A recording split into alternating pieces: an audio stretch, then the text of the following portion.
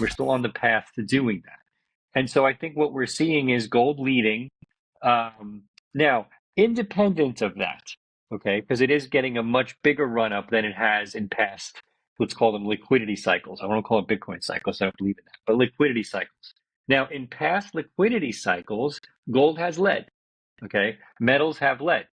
So this does feel a little bit 2021-ish to me in terms of, okay, Trump, Bessent and co. wanted rates to come down precipitously last year so they could refinance debt, that they could pump money into the system, they could show big stock gains, all the things they like, right? That didn't happen for myriad reasons, some of which we just alluded to. So now the question is, are they going to make that happen this year? And I think they are, is the bottom line.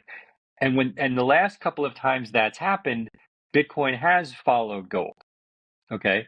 And so, but that's a different trade. I'm not talking about the, global debasement slash, geopolitical turmoil trade. I'm talking about the liquidity trade. They're two different things. Okay. So I think people have to realize this is a multi-dimensional world we live in, and there's multiple things happening at the same time. I said a lot, so maybe I'll come up for air and let you guys inject. Okay. Can I summarize what you're saying? Maybe on there are two completely different time scales. One is the like, I don't know, multi-decade generational thing where maybe Bitcoin replaces gold, and the other is like this short-term risk asset liquidity. What's happening with the specific policy decisions at the Fed and like fiscal. Yeah, that's exactly decisions. Right. And as if you zoom in on charts, you see lots of intra-week movements that can partially be explained as something might be moving up and to the right by news, right?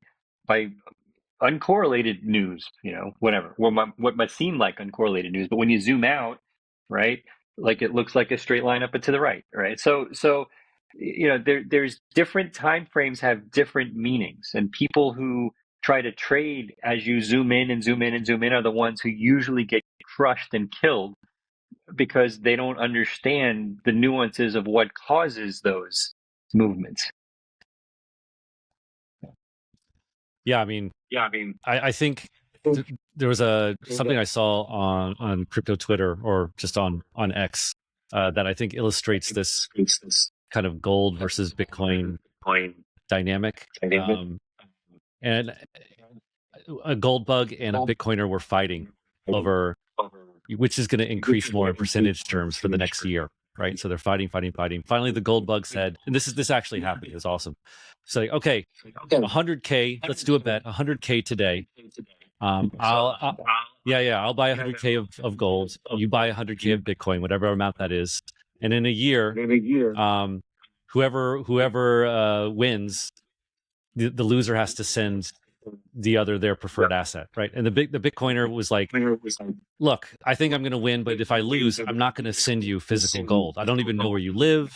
I don't know if it's cross border. I'm not buying bars of gold and sending it somewhere in the world. And then the gold bug was like, okay, no, we can still do this bet, but we'll settle in Bitcoin. Right? I'm just like, why is it a better gold today? There you go. It's just the narrative has to catch up, which is going to take a generation. That's it. Yeah. So I thought that was like the biggest self-own, and it's very apparent. Like, And we're gonna get there. I think.